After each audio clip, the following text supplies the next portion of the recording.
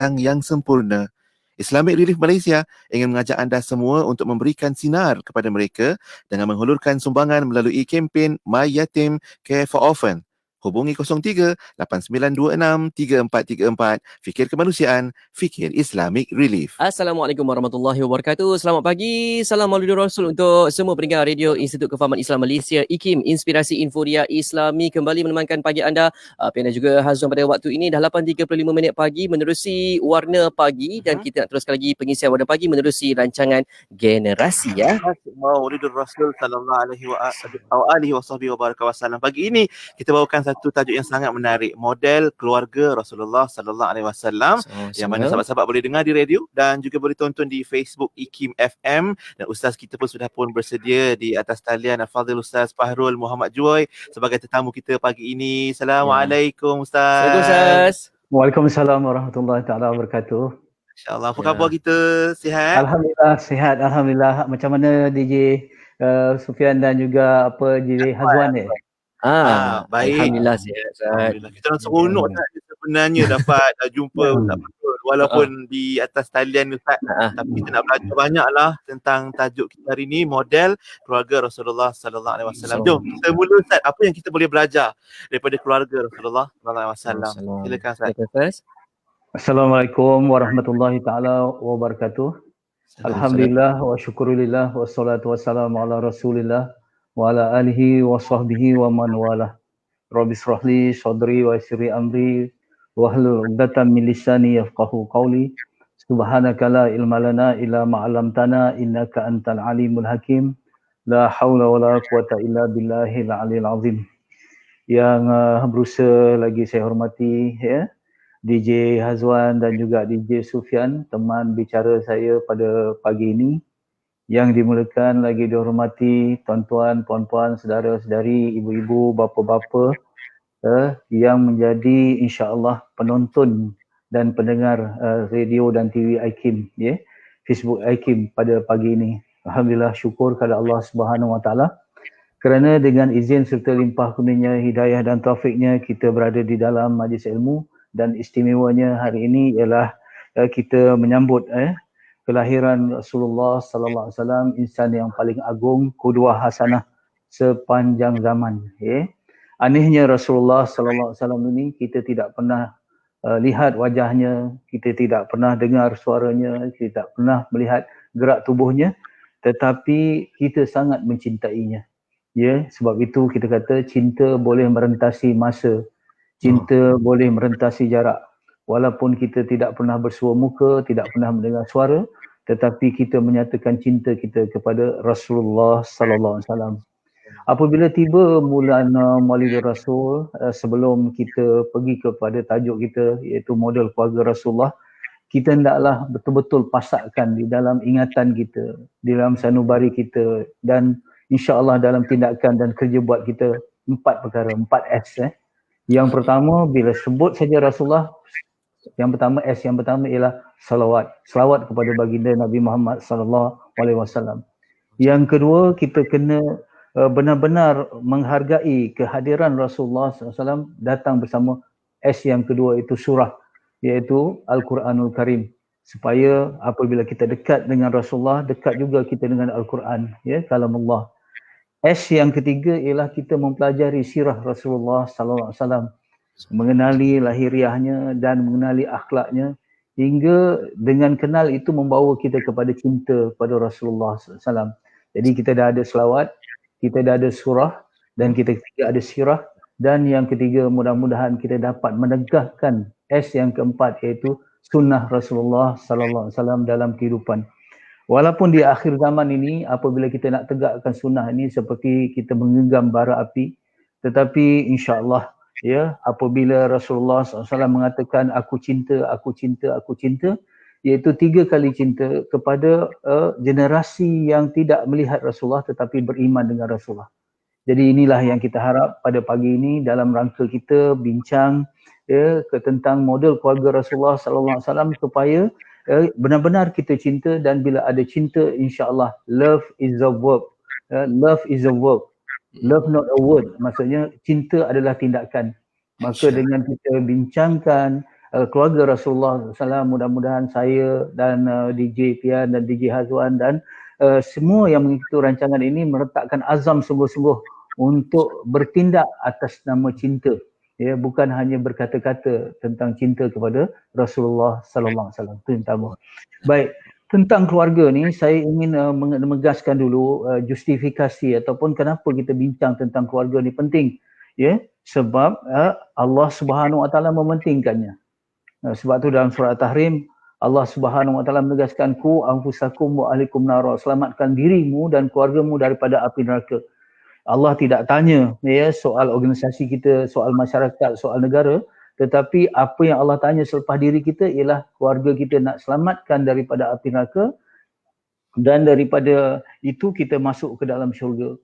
Dan sebelum kita mendapat syurga yang abadiah di hari akhirat, mestilah keluarga, diri kita dan keluarga kita mendapat yang dikatakan syurga, iaitu Baitul Muslim. Ya, kata kita bentukkan keluarga yang dikata Baiti Jannati, ya, yang mana keluarga kita itu adalah bayangan syurga di dunia ini. InsyaAllah itu petanda kita akan dapat syurga bersama nanti di hari akhirat. Jadi kenapa perkara ini penting, soal keluarga ini penting? Kerana Allah mementingkannya. Itu yang pertama. Yang kedua, kenapa kita bincang sangat soal keluarga ni? Sebab Rasulullah sallallahu alaihi wasallam sendiri menegaskan khairukum li ahlihi wa ana khairukum li ahlihi.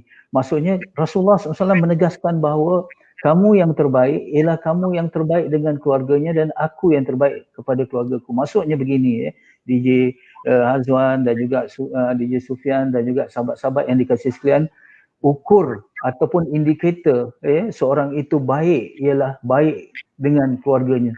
Kalau seorang itu baik dengan isterinya, kalau seorang itu baik dengan suaminya, baik dengan anak-anaknya dan anggota keluarganya, ya, dia insya-Allah akan baik dengan masyarakatnya, dengan organisasinya, dan insya-Allah kalau dia jadi pemimpin, dia akan menjadi yang baik kepada anak buahnya. Tetapi bermula dalam keluarga dulu. Sebab apa? Dalam keluarga kita tidak boleh berpura-pura. True colours atau warna kita sebenar akan lahir dalam keluarga kita.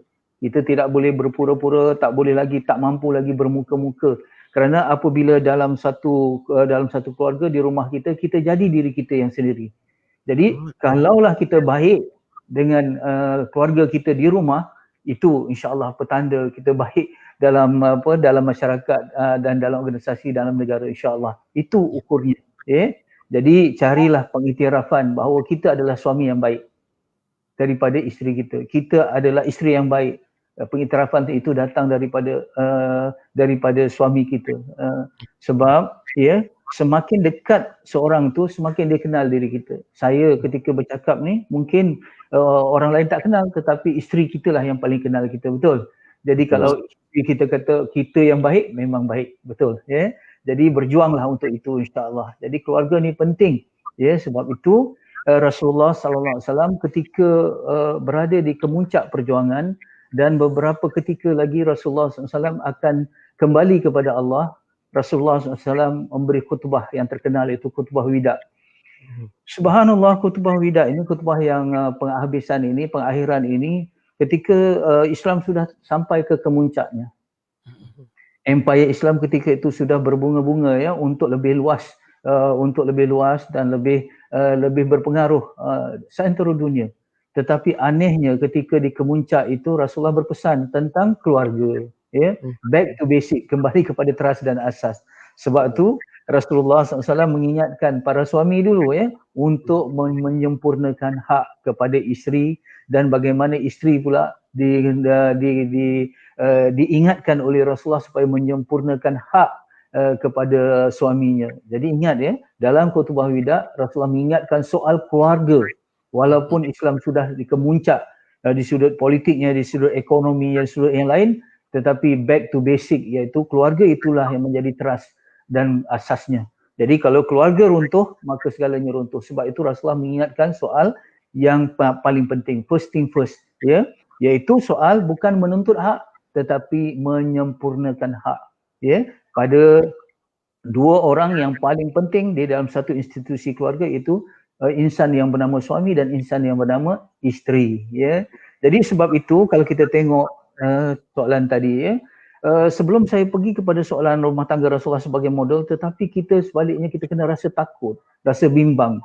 Rasa bimbang ini bukan untuk kita hilang semangat, tetapi rasa bimbang ini sepatutnya menembakkan kita bersemangat lagi bahawa kita ada cabaran, kita ada masalah, kita ada kekangan yang kita perlu hadapi dengan bermodal dengan mendapat pimpinan daripada keluarga Rasulullah sallallahu alaihi wasallam.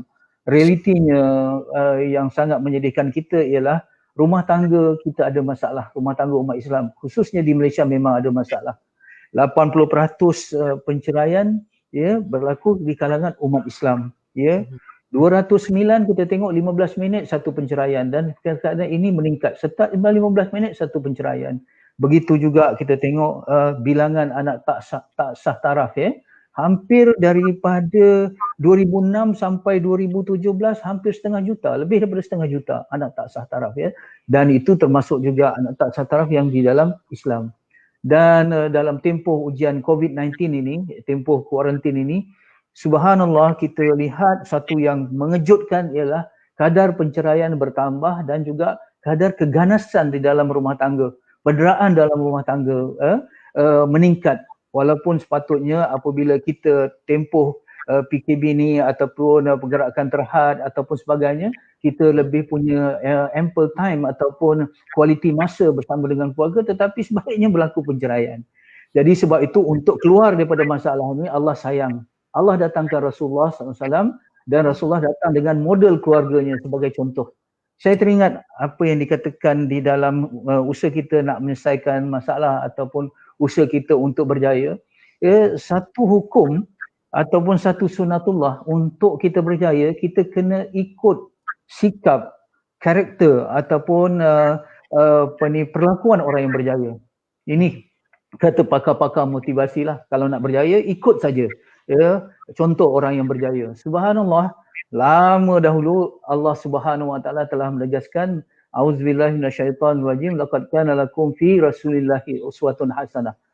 Allah dah menegaskan bahawa pada diri Rasulullah untuk kamu adalah contoh ikutan yang terbaik. Jadi siapa yang mengikut Rasulullah, mengurus rumah tangganya, pasti rumah tangga itu akan berjaya. Itu confirm. Sebab Allah Subhanahu Wa Taala yang menegaskannya. Jadi tahulah kita apabila rumah tangga kita berantakan, diri kita, keluarga kita dan sebagainya, ada masalah, artinya kita sudah jauh daripada sunnah Rasulullah khususnya dalam mengatur ataupun memimpin rumah tangga kita. Baik, Rasulullah sallallahu alaihi wasallam pertamanya kita lihat Rasulullah sendirilah ya sebagai pemimpin dalam rumah tangga, sebab kalau kita tengok dalam surah Rasulullah SAW menegaskan, ada Allah Subhanahu Wa Taala menegaskan bahawa seorang suami itu menjadi pemimpin dan pelindung kepada isteri dan anak-anaknya. Itu first thing first. Rumah tangga atau keluarga suami. Tetapi saya nak ceritakan sedikit-sedikit sebelum kita pergi menjurus kepada Rasulullah ialah ahli keluarga Rasulullah sallallahu alaihi wasallam. Pertama isteri Rasulullah, Khadijah. Ya, subhanallah, sebagai contoh, sebagai model seorang isteri yang apabila suami menghadapi ujian, menghadapi cabaran, kita lihat bagaimana Siti Khadijah memberi ketenangan ataupun keselesaan di segi fizikal. Suami balik, Rasulullah balik dalam keadaan menggigil, selimut dulu. Fizikal Jadi kita layanan fizikal dulu Maksudnya suami kita ada masalah dan sebagainya, okey suruh dia duduk, pasangkan kipas, seorang begitulah. Maksudnya prinsipnya ditunjukkan oleh Siti Khadijah, tetapi aplikasinya kita fokuslah kepada dalam dunia kita sekarang, betul? Kalau dulu bagi selimut, sekarang ni pasang aircon ke, pasang kipas ke, apa tak ada kipas, kipaskan dengan tangan, suruh duduk, bagi air, kemudian tidak saja di sudut fizikal, kemudian Siti Khadijah memberi sokongan di sudut yang penting fikiran, emosi dan juga hati.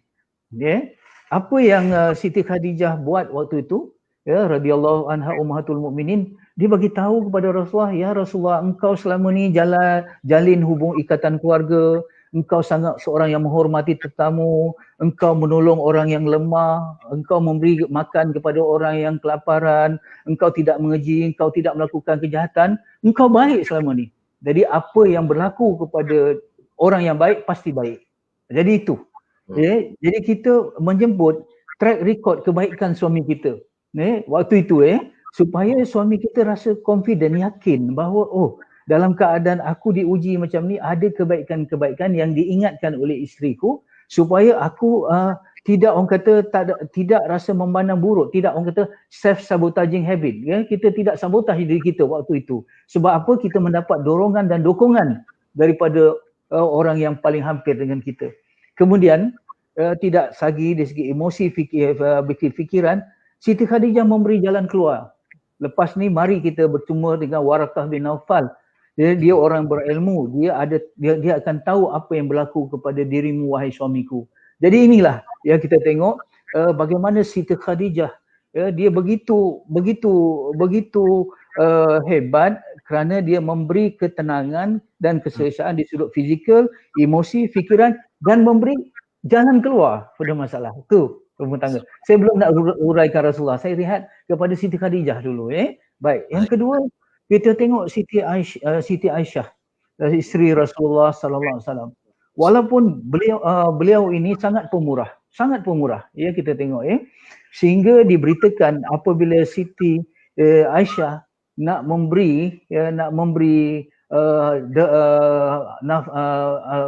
derma ataupun nak infakkan hartanya dalam bentuk dinar atau dirham, wang dinar itu, wang dirham itu dilumurkan dengan minyak wangi dulu.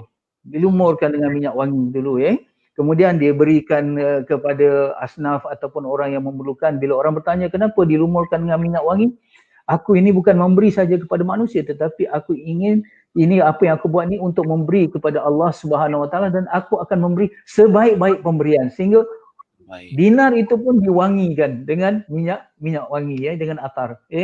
Jadi itu kita tengok pemurahnya Siti Aisyah, hingga satu ketika bagaimana Siti Aisyah mendapat seekor kambing, kemudian diberikan, oleh kerana dia pemurah, dia berikan semuanya kambing-kambing itu kecuali di bahagian kaki, kerana dia tahu bahawa Rasulullah SAW suka makan kambing khususnya di bahagian kaki.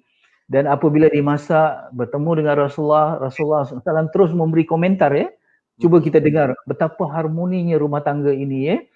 Satu kata Rasulullah SAW kepada Siti Aisyah, bahagian-bahagian kambing yang kau berikan, yang kamu berikan kepada orang lain itu menjadi hak kita, kecuali yang bahagian kaki ini tak jadi hak kita.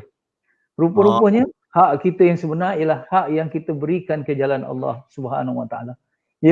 Begitu hebatnya bila seorang isteri yang pemurah kemudian dapat tarbiyah daripada Rasulullah sallallahu alaihi wasallam. Baik, setelah kita tengok Fatimah Fatimah Az-Zahra puteri Rasulullah sallallahu alaihi wasallam, tangan yang pernah dicium oleh Rasulullah sallallahu alaihi wasallam, tapi pada ketika yang lain Rasulullah kata, sekiranya Fatimah binti Muhammad mencuri, nescaya aku tidak akan teragak-agak untuk memotong tangan itu. Artinya Rasulullah dalam keluarganya dia memang lemah lembut, memang sayang, tetapi ada ketegasan di situ. Baik, Fatimah puteri yang begitu akur, begitu patuh dengan Rasulullah SAW. Apabila Fatimah meminta pembantu rumah, sebaliknya Rasulullah SAW memberi kepada Siti Fatimah ucapan subhanallah 33 kali, alhamdulillah 33 kali, Allahu Akbar 33 kali. Sebaliknya memberi zikir. Jadi kalau kita lah menjadi anak kan, kita minta sesuatu yang bentuk material atau bentuk bantuan lahiriah, tetapi di sebaliknya diberi zikir, macam mana kita rasa? Tapi Siti Fatimah akur dan patuh, dia amalkan, begitulah. Dan Rasulullah memilih Sayyidina Ali radhiyallahu anhu sebagai suami, orang yang miskin kepada Fatimah. Fatimah akur. Begitu juga Zainab binti Rasulullah sallallahu alaihi wasallam. Bagaimana Zainab apabila Rasulullah memilih Abul As sebagai suaminya, sami'na wa ta'na. Tak kata ayah saya ada pilihan lain, tak ada. Terus akur dan patuh.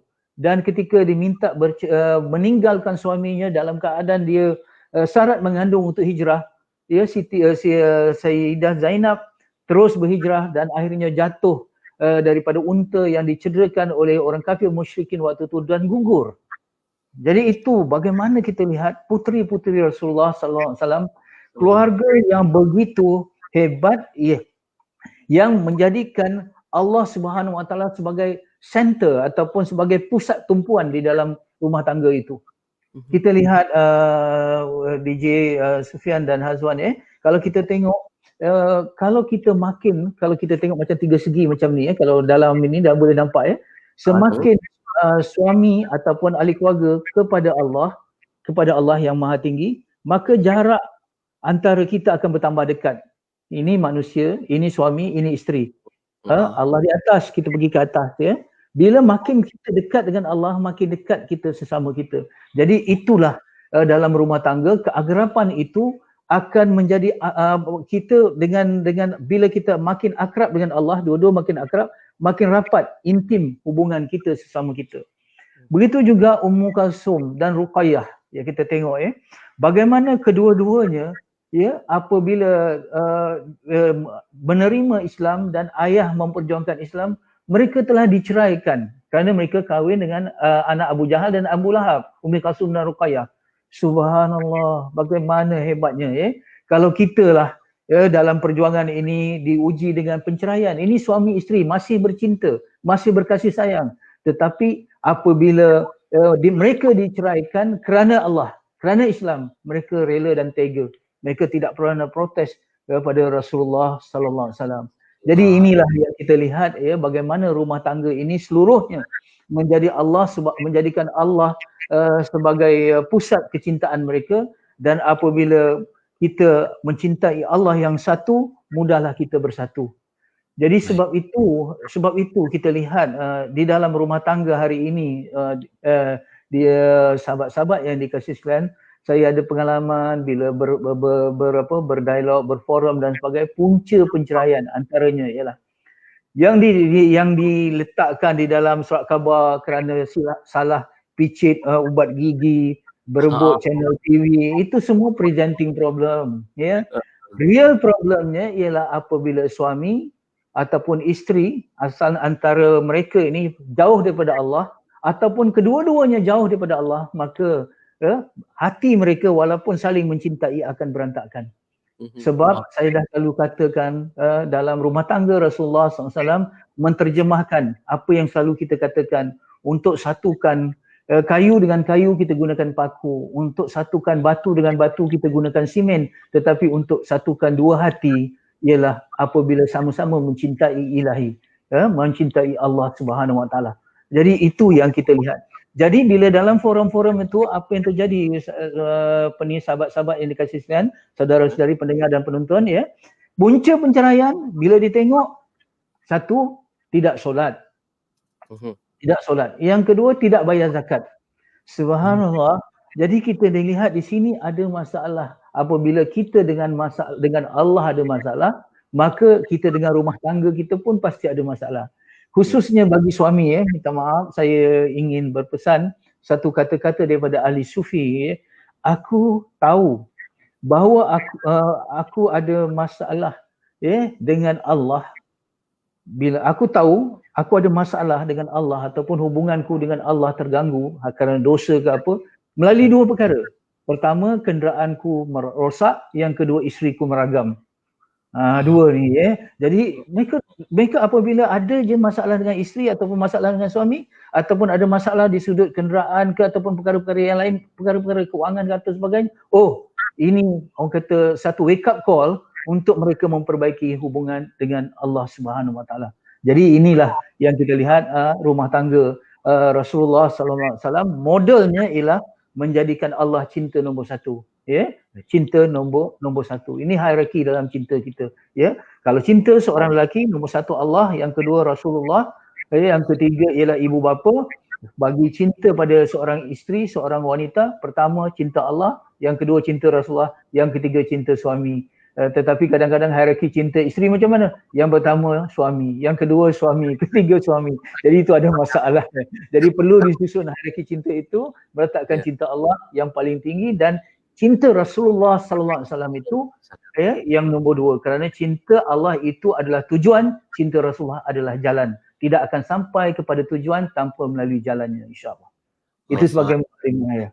Terima kasih Ustaz. Cantik gambaran Ustaz. Lengkap keluarga Rasulullah sallallahu alaihi wasallam daripada baginda sendiri yang sangat hebat, tinggi akhlaknya untuk kita contohi, kemudian para isteri baginda Ummahatul Mukminin, dan kemudian anak-anak baginda juga kita Ustaz sebutkan tadi sebagai satu contoh supaya kita dapat ikuti. Dan alang-alang juga tadi Ustaz sebut, ada suka bila Ustaz sebut tentang istilah self-sabotaging habit. Maknanya ada juga antara kita yang sentiasa menyebut kekurangan, kesalahan, kesilapan pasangan supaya bila berlaku apa-apa saja masalah, dan apa-apa saja masalah dalam rumah tangga pasti kita kena cari puncanya dan jalan untuk solusi permasalahan tersebut diselesaikan. Untuk pusingan kedua ni boleh kita kongsikan Ustaz, insyaAllah. Ya, insyaAllah. Baik. Kita nak berehat kejap Ustaz. Maaf Ustaz. Kita akan kembali kejap lagi untuk pusingan kedua. Boleh Ustaz insyaAllah. Baik, Al-Fadhil Ustaz Fahrul Muhammad Joy bersama kita pagi ini untuk segmen generasi khas Maulid Rasul sallallahu alaihi wasallam. Dan untuk anda semua terus saja sharekan video Facebook live kami ini untuk perkongsian ilmu pagi ini, dan kita berehat dulu. Kita kembali selepas ini terus bersama kami di Warna Pagi Inspirasi Inforia Islami. Bang, ni campur ni satu lagi berapa bang? Okey kejap. Ni harga dia. Murahnya bang. Radio IKIM sedang mempromosikan pakej iklan Popo dari Oktober sehingga Disember 2020. Beli banyak-banyak dapat murah. Wow, tempah sekarang sementara masih ada. Hubungi 012-686-9236 atau 017-345-2564 tertakluk kepada terma dan syarat. Pernah anda bayangkan perasaan ibu ketika menderita sakit lutut? Susah untuk berdiri, berjalan dan sakitnya ketika sujud. Mudah terjatuh dan terpaksa bergantung kepada tongkat. Sakit lutut? Sapulah Gel Amani. Hubungi 019-999-6686. 019-999-6686. Kami ada berita baik. Gel Amani adalah gel yang bertindak melegakan sakit lutut secara sapuan. Tak perlu makan. Dihasilkan dengan menggunakan teknologi biotek dari bahan utama seperti Zingiber officinale yang baik untuk lutut dan sendi. Diproses dengan mematuhi piawaian untuk menjamin mutu dan kualitinya. Gel Amani telah membantu lebih 400,000 pengguna sejak tahun 2014. Gunakan tanpa was-was kerana ia dijamin selamat oleh Kementerian Kesihatan Malaysia. Boleh dibawa solat kerana dijamin halal oleh JAKIM. Rasanya yang sejuk, berangin, sangat selesa pada kulit dan sesuai untuk setiap lapisan umur. Dibotolkan dalam botol plastik khas yang tahan lasak dan ringan supaya mudah dibawa ke mana-mana. Selain lutut, Gel Amani juga boleh disapu pada pinggang dan bahu yang sakit untuk kelegaan pantas. Harganya hanya RM35, berbaloi dan tidak membebankan. Pastikan Gel Amani sentiasa ada sebagai persediaan kecemasan.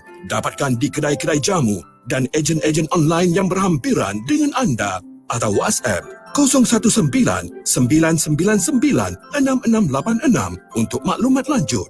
019-999-6686. Lutut sehat, hidup ceria.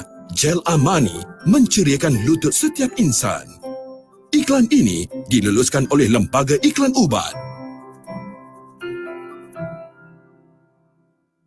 Terbitan Buku IKIM 2018 Islam dalam Perlembagaan Persekutuan yang menjelaskan kedudukan Islam dalam perlembagaan dan juga implikasi hal tersebut terhadap institusi-institusi yang berkaitan dengannya.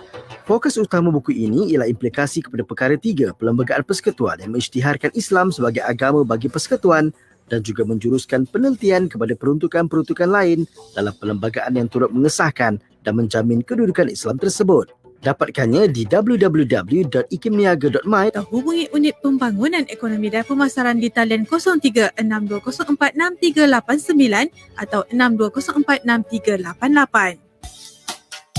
Susah cari seluar yang selesa? Iya. Seluar yang sopan? Iya. Seluar muslimah? Iya. Cacas jual seluar. Banyak saiz dan gaya. CAS Cacas, pilihan nombor 1 Malaysia. Jom tengok FB atau IG Cacas, CACAS, website cacas.com.my, butik-butik Cacas, dropship Cacas atau 013-795-5874, 013-795-5874.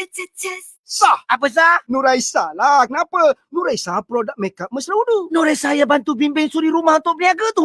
Iyalah. Kenapa? Apa sah Nuraisa ada program bina bisnes di seluruh Malaysia? Aku pun nak dibimbing Nuraisa lah. Sah kau tak boleh. Bini kau boleh. Nuraisa nak bimbing wanita lah. Wanita. Apa sah Nuraisa? Produk mesra wudu. Foundation, lipstick, makeup mudah dibersihkan. Jom bina perniagaan dari rumah dan jana pendapatan dengan Nuraisa. Al-Furqan merupakan sistem baru mempelajari bahasa Arab Al-Quran dengan teknik yang sangat cepat dan berkesan. Sekarang Al-Furqan menganjurkan kelas pengajian melalui WhatsApp Group bersama Ustaz Nasa sendiri. Video pembelajaran akan dihantar ke WhatsApp Group dari pelajaran paling asas hingga ke peringkat tinggi secara berjadual dan sistematik. Boleh bersoal jawab secara langsung dengan Ustaz Nasa. Program ini amat sesuai untuk anda yang tiada asas bahasa Arab. Daftar sekarang. Sila type "Saya berminat" dan hantar ke 019-511-9000. Penyertaan adalah terhad. Sallallahu ala Muhammad. Sallallahu alaihi wasallam. Sallallahu ala Muhammad. Sallallahu alaihi wasallam. Sallallahu ala Muhammad. Sallallahu alaihi wasallam. Sallallahu ala Muhammad. Teruskan semarak cinta Rasul bersama kami di IKIM, Inspirasi Inforia Islami. Setiap anak yatim berhak untuk dilindungi dan mendapatkan keperluan dan kasih sayang yang sempurna. Islamic Relief Malaysia ingin mengajak anda semua untuk memberikan sinar kepada mereka dengan menghulurkan sumbangan melalui kempen My Yatim Care for Orphan. Hubungi 03-8926-3434. Fikir kemanusiaan, fikir Islamic Relief. Kembali mendengarkan Warna Pagi bersama Kampian dan juga Hazwan pada waktu ini dah 9.07 pagi. Selamat pagi untuk semua dan kita masih lagi bersama untuk rancangan Generasi edisi khas Maulidur Rasul pagi ini. Kita bercerita tentang model keluarga Nabi SAW. Kita bersama dengan Al-Fadhil Ustaz Fahrul Muhammad Joy pagi ini ya. Dan sahabat-sahabat kita yang turut menonton di Facebook Live di Facebook IKIM FM, bolehlah kongsikan supaya ramai ahli keluarga kita dapat dengarkan majlis ilmu yang sangat bermakna dan insya-Allah bermanfaat untuk semua pagi ini. Dan kita nak sambung Ustaz untuk pusingan kedua. Terima kasih Ustaz setia menanti itu untuk pusingan kedua ni. Macam mana kita nak cari solusi terbaik model keluarga Rasulullah sallallahu alaihi wasallam untuk kita pelajari Ustaz. Silakan Ustaz. Ya. Bila kita cakap tentang solusi ataupun penyelesaian, tentulah kita akan menghadapi yang kata cabaran-cabaran, masalah-masalah dalam rumah tangga. Dan kalau kita lihat masalah dalam rumah tangga bukan masalah sebenarnya. Cara kita nak menyelesaikan masalah itu yang selalu menimbulkan masalah. Bukan masalah itu. Dan selalunya bila kita kata aku ada masalah, selalunya yang masalah itu ialah aku. Boleh faham Kalau kita aku ada masalah, saya ada masalah, selalunya yang jadi masalah ialah saya tu sendiri. Kata kita perlu melihat diri kita. Baik. Dalam rumah tangga, bila Allah Subhanahu Wa Taala mengatakan tentang ketenangan, istilah yang digunakan ialah sakinah. Sakinah. Sakinah ni dia ada berbeza sedikit dengan mutmainnah. Mutmainnah ini tenang juga, sakinah juga tenang juga. Tetapi khususnya dalam rumah tangga digunakan istilah sakinah. Kenapa? Sakinah adalah satu ketenangan selepas berlakunya pancoroba ataupun ujian. Manakala mutmainnah ni dari awal-awal dia tenang aja. Selalunya kita cinta kepada Allah, awal-awal dah tenang dah, mutmainnah.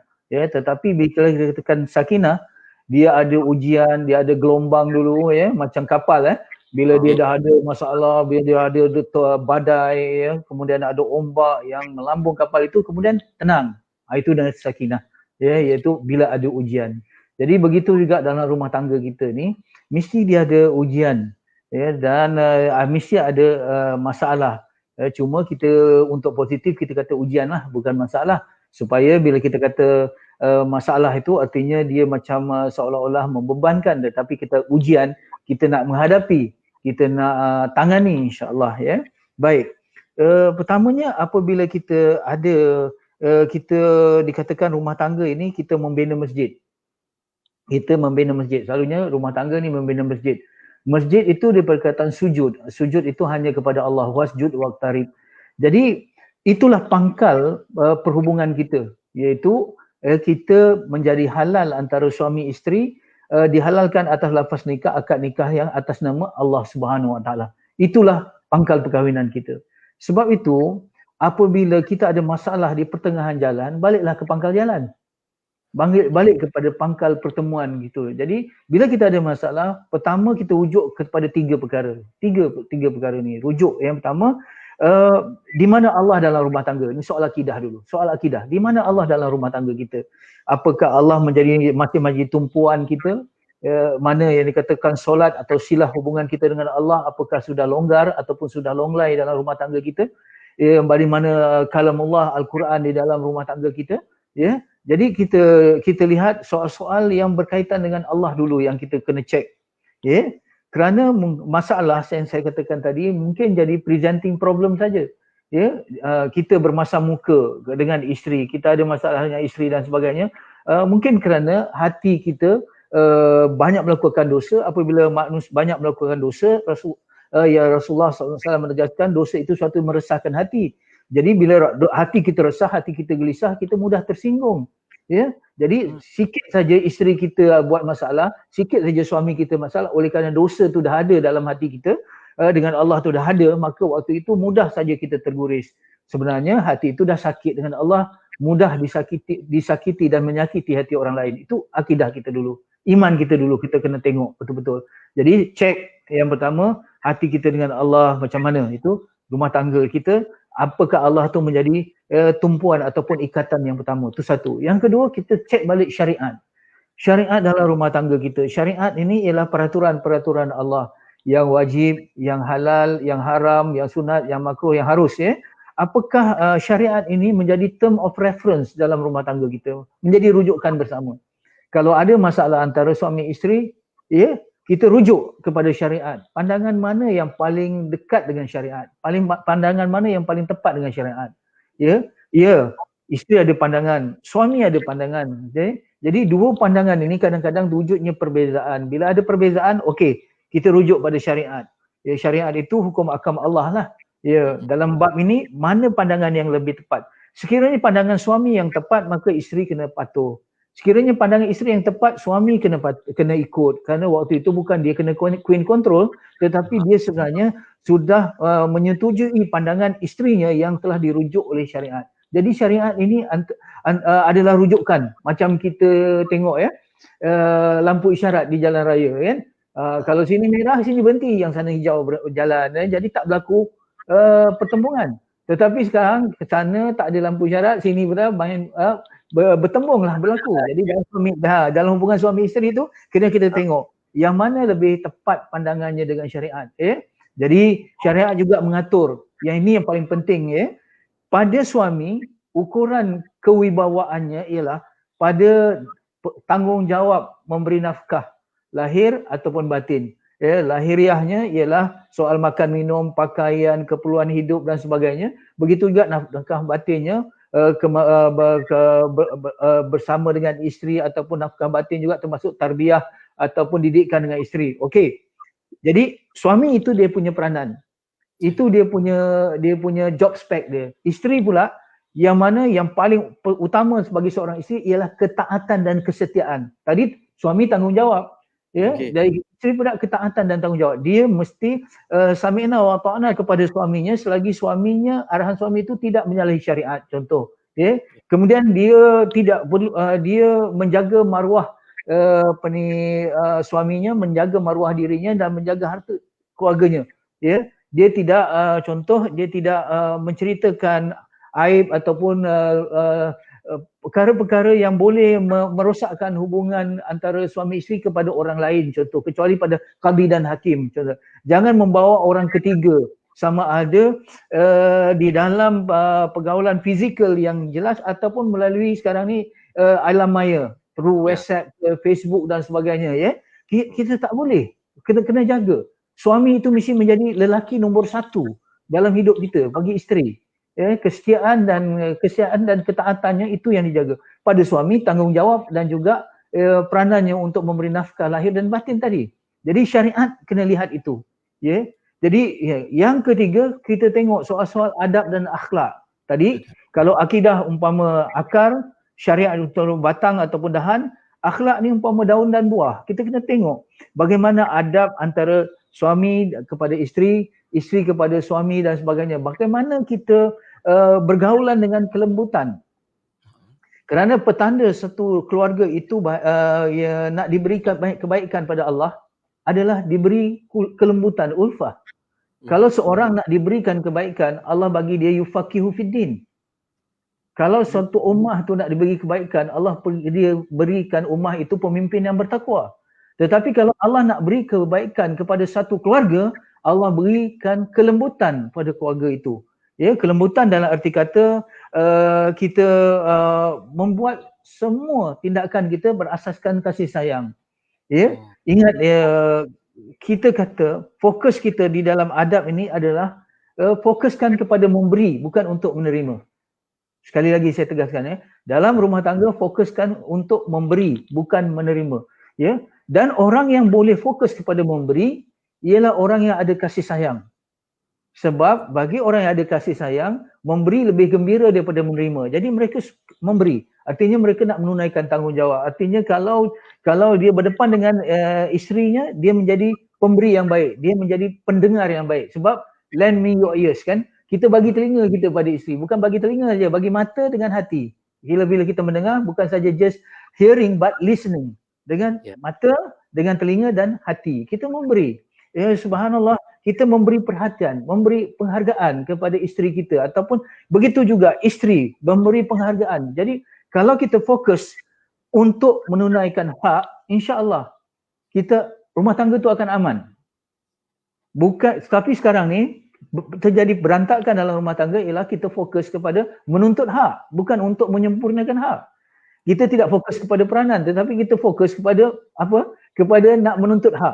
Sebab orang yang fokus kepada nak menjalankan peranan, dia fokus kepada memberi. Tapi orang yang fokus kepada menuntut hak, dia fokus kepada nak menerima.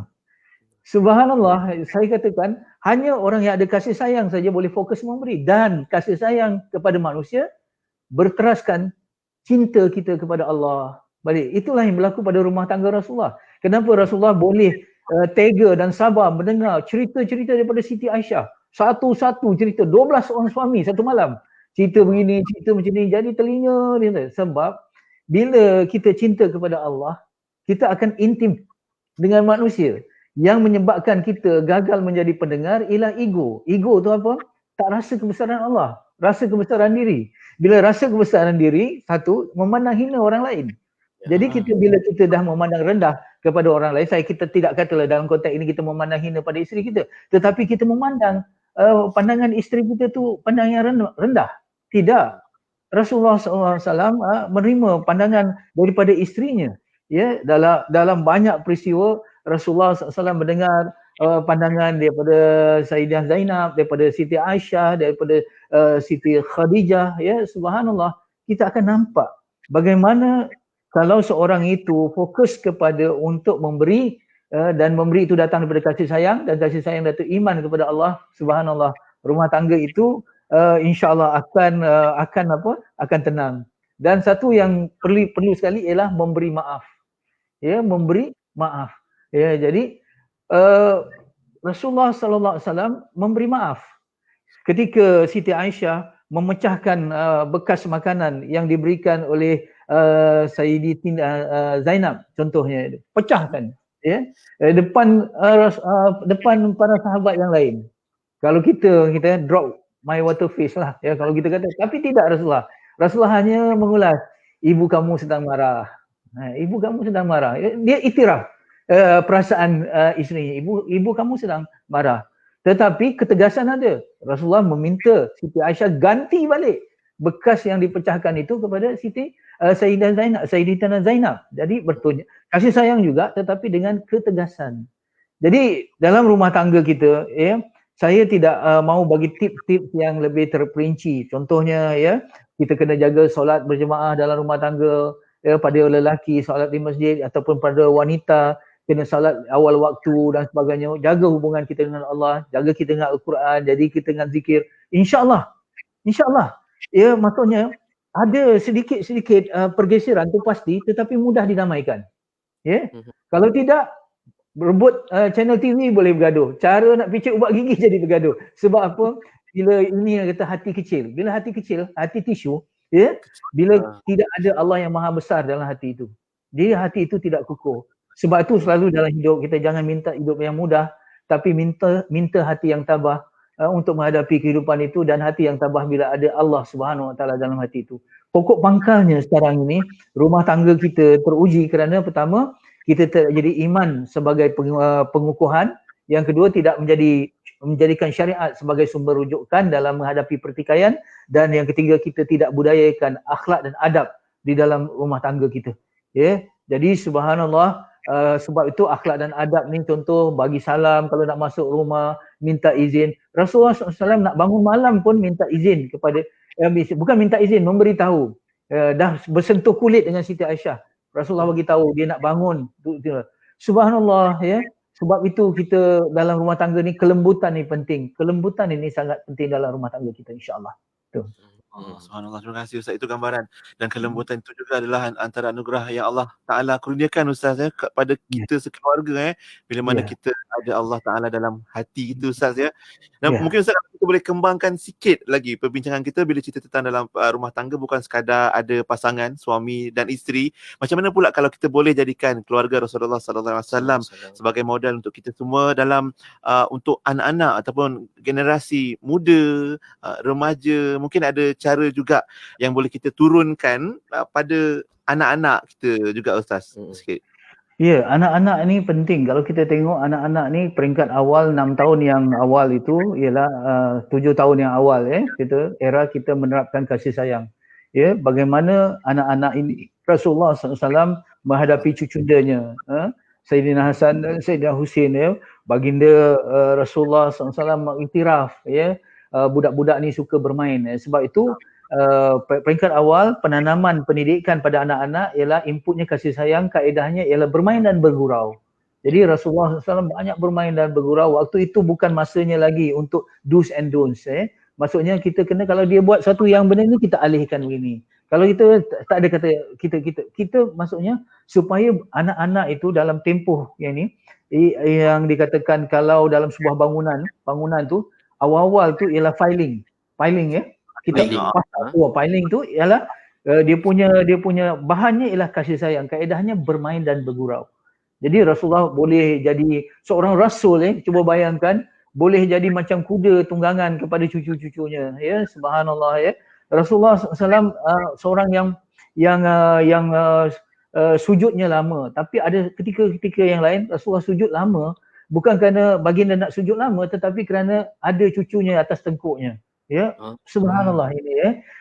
Dan Rasulullah SAW sangat empati kepada kesusahan orang lain, khususnya bagi anak-anak ni.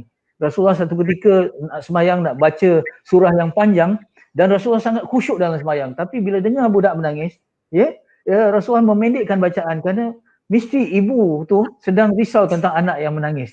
Maksudnya dalam waktu Rasulullah sedang berdepan dengan Allah Subhanahu Wa Taala, masih ada ruang dan luang dalam hatinya untuk memikirkan kesusahan orang lain.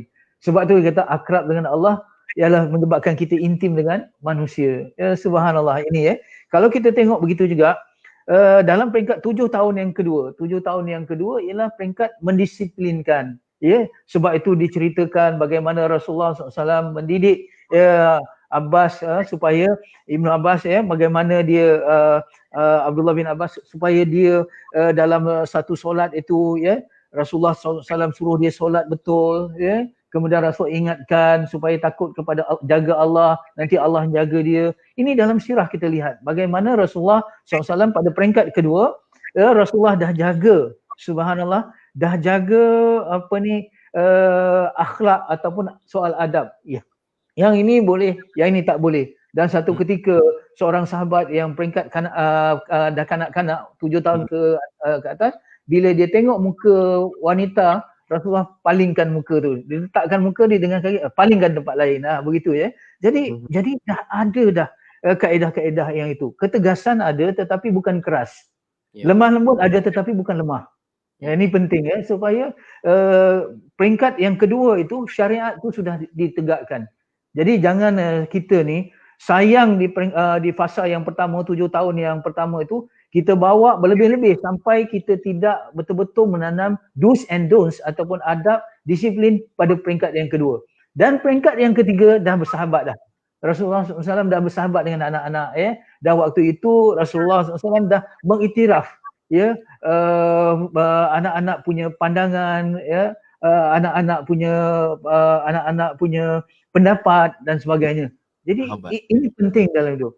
Dan yang paling penting Rasulullah SAW ialah seorang ayah yang sangat menjadi pendengar kepada anak-anaknya, menjadi pendengar kepada isteri-isterinya ya. Jadi ini yang patutnya kita dalam kehidupan kita, itu yang paling penting untuk kita laksanakan, insya-Allah. InsyaAllah.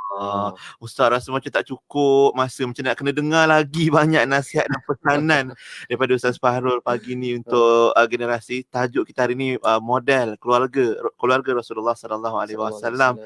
Dan Ustaz Dian, tadi kita pun dah sampai ke penghujung Ustaz. Mungkin Ustaz ada nasihat dan pesanan pada kita semua lah sedang mendengar saat ini dalam kita menghayati dan kita mengingati baginda Rasulullah sallallahu alaihi wasallam pada hari kelahiran baginda ini. Apa nasihat paling penting Ustaz untuk kita semua sekeluarga Ustaz sebagai kesimpulan?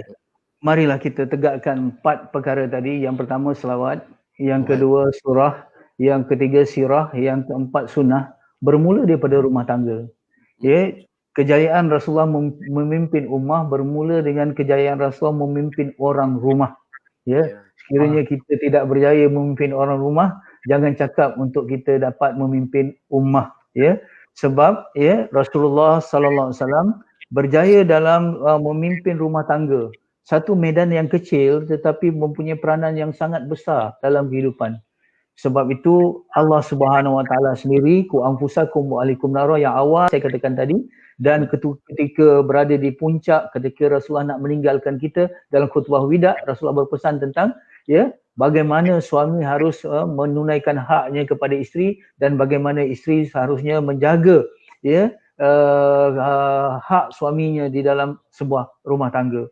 InsyaAllah apabila kita dapat menjaga rumah tangga kita dengan baik, itu baiti jannati ya, hingga dalam rumah tangga itu terserlah sifat-sifat ahli syurga.